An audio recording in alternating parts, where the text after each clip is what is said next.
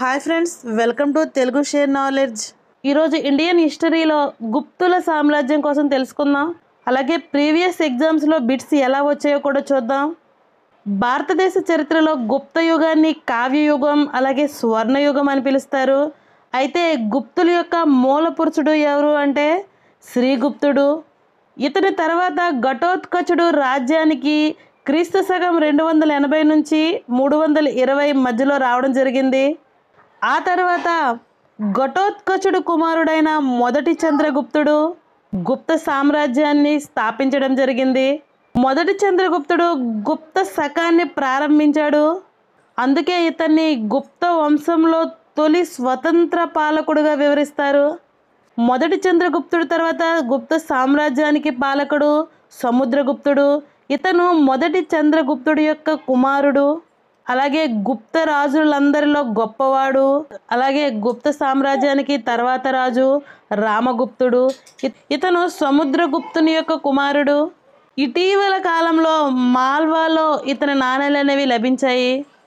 అలాగే సముద్రగుప్తుడు మరియు దత్తాదేవిల కుమారుడు రెండవ చంద్రగుప్తుడు. అలాగే ఇతని తర్వాత గుప్త సామ్రాజ్యానికి రాజు కుమారగుప్తుడు. ఇతను రెండవ చంద్రగుప్తుడు మరియు ధ్రువాదేవిల కుమారుడు. అలాగే కుమారగుప్తుడు చివరి గుప్తులలో గొప్పవాడు. ఇతను గొప్ప కార్తికేయ భక్తుడు.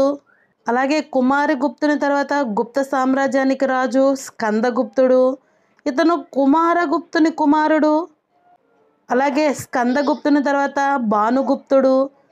భానుగుప్తుని తర్వాత గుప్త సామ్రాజ్య రాజు నరసింహగుప్తుడు. అలాగే చిట్ట చివరిగా గుప్త రాజుల్లో చివరివాడు విష్ణుగుప్తుడు. మనం ఈ గుప్త సామ్రాజ్యాన్ని వరుస క్రమంలో గుర్తుపెట్టుకోవాలంటే ఈ చిన్న స్టోరీ ద్వారా గుర్తుపెట్టుకుందాం.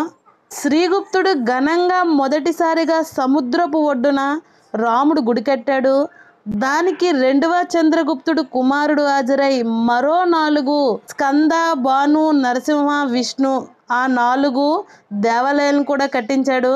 ఇక్కడ మనం రెడ్ కలర్లో ఉన్న అక్షరాలను గమనించినట్లయితే శ్రీగుప్తుడు అంటే గుప్త వంశ స్థాపకుడు శ్రీగుప్తుడు. గణంగాలో మొదటి అక్షరంగా ఘటోత్కచుడుగా, అలాగే మొదటిసారిగా ఇందులో మొదటి చంద్రగుప్తుడుగా, అలాగే సముద్రపు ఒడ్డున సముద్ర అంటే సముద్రగుప్తుడు. రాముడిలో రాముని రామగుప్తుడు అని. అలాగే రెండవ చంద్రగుప్తుడు కుమారుడు అంటే కుమారగుప్తుడు. రెండవ చంద్రగుప్తుడు కుమారుడు అంటే కుమారగుప్తుడు హాజరై మరో 4 స్కంద అంటే స్కందగుప్తుడు, భాను అంటే భానుగుప్తుడు, నరసింహ అంటే నరసింహగుప్తుడు, అలాగే విష్ణు అంటే విష్ణుగుప్తుడు దేవాలయం కూడా కట్టించారు. ఈ చిన్న స్టోరీని గుర్తుపెట్టుకుంటే క్రమంగా గుప్త రాజుల కోసం తెలుసుకోవచ్చు. గుప్త సామ్రాజ్యం వరుస క్రమం అనేది మనం గుర్తుపెట్టుకోవచ్చు. ఫస్ట్ క్వశ్చన్, గుప్త వంశ స్థాపకుడు మరియు మూల పురుషుడు ఎవరు? ఆన్సర్ ఏ శ్రీగుప్తుడు. ఇతనిని ఆదిరాజా, మహారాజా అని బిరుదులతో పిలిచేవారు. నెక్స్ట్, గుప్త వంశ పాలన ఎవరితో ఆరంభమైంది? ఆన్సర్ బి చంద్రగుప్తునితో ఆరంభమైంది. కానీ గుప్త వంశ స్థాపకుడు ఎవరు అంటే శ్రీగుప్తుడు. నెక్స్ట్ క్వశ్చన్, గుప్త సామ్రాజ్య పరిపాలనా కాలం? ఆన్సర్ సి క్రీస్తు శకం 240 నుంచి 543. నెక్స్ట్, గుప్తుల రాజధాని పాటలీపుత్రం. అలాగే గుప్తుల యొక్క రెండవ రాజధాని ఉజ్జయిని. నెక్స్ట్ క్వశ్చన్, గుప్త సామ్రాజ్యంకు ఆధారమైన ప్రముఖ గ్రంథం? Answer D నీతిసారం. కామాంధకుడు రచించిన నీతిసారం. నెక్స్ట్ క్వశ్చన్, గుప్తుల ప్రముఖ విద్యా కేంద్రం? Answer B Takshashila. Next question, గుప్తుల అధికార భాష మరియు రాజభాష ఏది? ఆన్సర్ డి సంస్కృతం. నెక్స్ట్ క్వశ్చన్, గుప్తులు వ్యాప్తి చేసిన మతం? ఆన్సర్ ఏ వైదిక మతం. అలాగే గుప్తులు స్వీకరించిన మతం ఏది అంటే వైష్ణవ మతం. నెక్స్ట్ క్వశ్చన్, ఇత్సింగ్ గ్రంథమైన చీలీ కిటో ఎవరి గురించి వివరిస్తుంది? ఆన్సర్ ఏ శ్రీగుప్తుడు గురించి వివరిస్తుంది. శ్రీగుప్తుడి కాలంలో గుప్తుల ప్రథమ రాజ్య కేంద్రంగా ప్రయాగ అనేది ఉండేది. నెక్స్ట్ క్వశ్చన్, శ్రీగుప్తుడు తర్వాత గుప్త సామ్రాజ్యానికి వచ్చిన రాజు?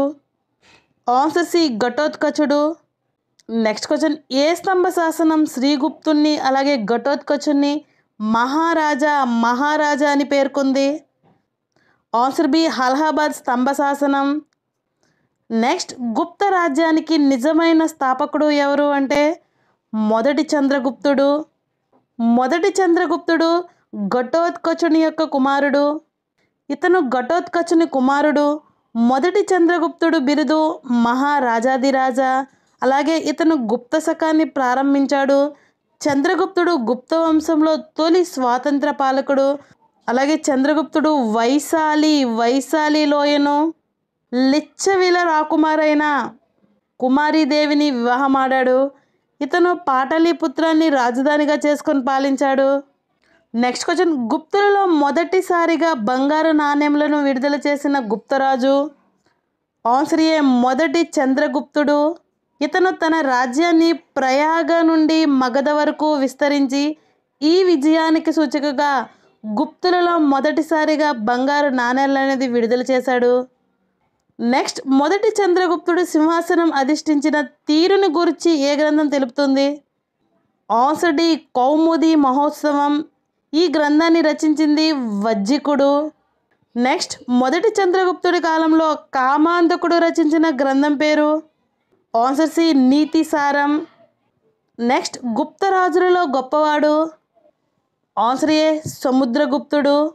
ఇతను మొదటి చంద్రగుప్తుడు మరియు కుమారీదేవుల కుమారుడు. అలాగే గుప్త రాజులందరిలో సంగీత ప్రియుడు ఎవరు అంటే సముద్రగుప్తుడు. నెక్స్ట్, సముద్రగుప్తునికి భారత నెపోలియన్ బిరుదుని ఇచ్చిన బ్రిటిష్ చరిత్రకారుడు ఎవరు? ఆన్సర్ ఏ విఎస్ స్మిత్. ఇతనిని హెచ్సి రాయచౌదరి సాటిలేని మేటి వీరుడని అలాగే పరిపాలనా దక్షకుడు అని పోల్చాడు. సముద్రగుప్తుడిని హరిసేనుడు 100 యుద్ధాల విజేతగా వర్ణించాడు. సముద్రగుప్తునికి గల ఇతర బిరుదులు ఇతనిని కవిరాజు అని, అశ్వమేధ పరాక్రమ అని, వ్యాఘ్రహ పరాక్రమ అని, ఇండియన్ నెపోలియన్ అని, సతత రాజులకు రాజు అని, దౌహిత్ర అని బిరుదులు కూడా కలవు. నెక్స్ట్, సముద్రగుప్తుడి కోసం వివరించే శాసనం? ఆన్సర్ ఏ బి ఎరాన్ శాసనం అలాగే అలహాబాద్ స్తంభ శాసనం. ఈ 2 శాసనాలు అనేవి సముద్రగుప్తుని కోసం వివరిస్తాయి. ఎరాన్ శాసనం అనేది ఈ శాసనం సముద్రగుప్తుని అజేయుడు అని పేర్కొంది. మొదటి చంద్రగుప్తుని ఆదేశానుసారం ఆయన సామంతులు సముద్రగుప్తుని రాజును చేశారని పేర్కొన్న గ్రంథం ఏది అంటే ఎరాన్ శాసనం. అలాగే సముద్రగుప్తుడు 18 ఆటవిక రాజులను జయించినట్లు కూడా తెలుపుతుంది. అలాగే గుప్తుల కాలం నాటి సతీ సహగమనం గురించి కూడా ఎరాన్ శాసనం అనేది వివరిస్తుంది. నెక్స్ట్ క్వశ్చన్, భూమిపై నడయాడే దైవం అని అలహాబాద్ ప్రసక్తి ఎవరి గురించి వివరిస్తుంది? ఆన్సర్ బి సముద్రగుప్తుని కోసం వివరిస్తుంది. నెక్స్ట్, సముద్రగుప్తుని 100 యుద్ధాల విజేతగా వర్ణించింది? Answer C హరిసేనుడు.